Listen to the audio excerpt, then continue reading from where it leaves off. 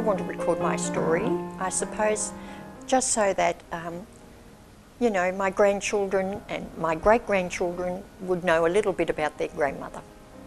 And, you know, probably a little bit about what it was like when I was growing up.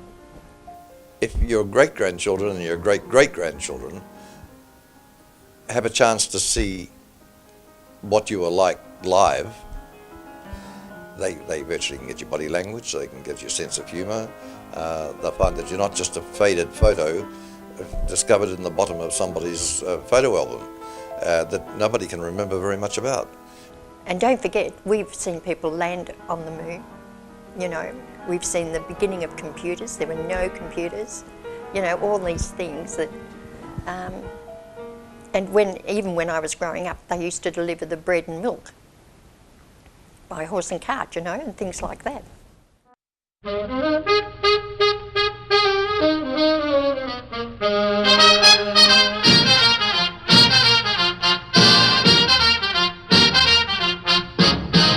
And that's where we set up a band. My drums here, Buddy Richards' drums there, right next to me. And he's doing his bit and everything. And he turned to me while he was playing, he said, we'll do fours, which means he'll do 4 bars and I'll do 4 bars. And I was petrified because I'm sitting next to the world's greatest drummer. You can imagine. Of course. You know, if you were sitting right next to the world's greatest agent, you'd hesitate. And I went, tips. he said, do it, you know. So he did 4 and I did 4 and he did 4 and I did 4. And then he said, louder, you get louder. And he got a little bit quieter. He still looked like he was trying, but he wasn't, you know. And then he said, don't stop, keep going. So I just kept going. And he acted like he's trying to get in. So he had his drumsticks like this and he's going. And I wouldn't stop. In the end, he gets up and he goes, this kid's too good for me, and walked off. Brought the house down, you know. Fantastic. Everybody saying, oh, geez, you were good, Tom. And I thought, if you only knew. So that was a highlight, you know.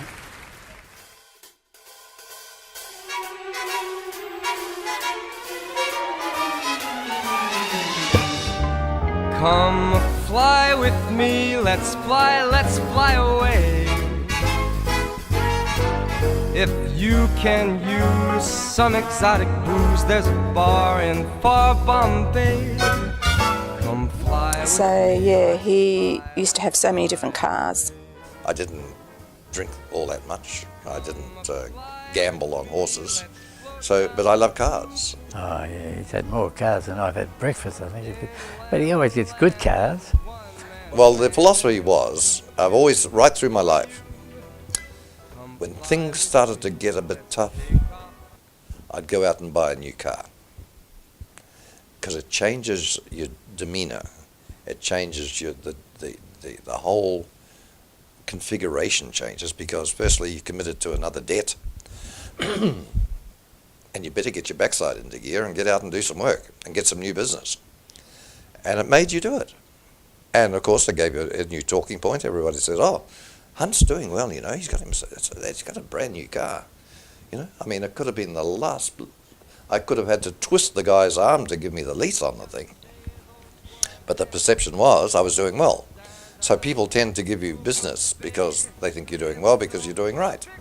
So that has been my philosophy pretty much all the way through. When things get tough, I get cracking, I buy a new car.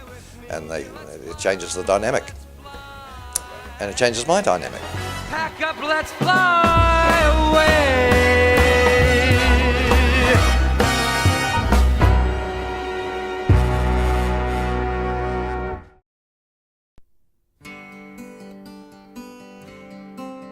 And but before this, I'd met Clive when I was up in Brisbane. I was repping up there for Dometica still.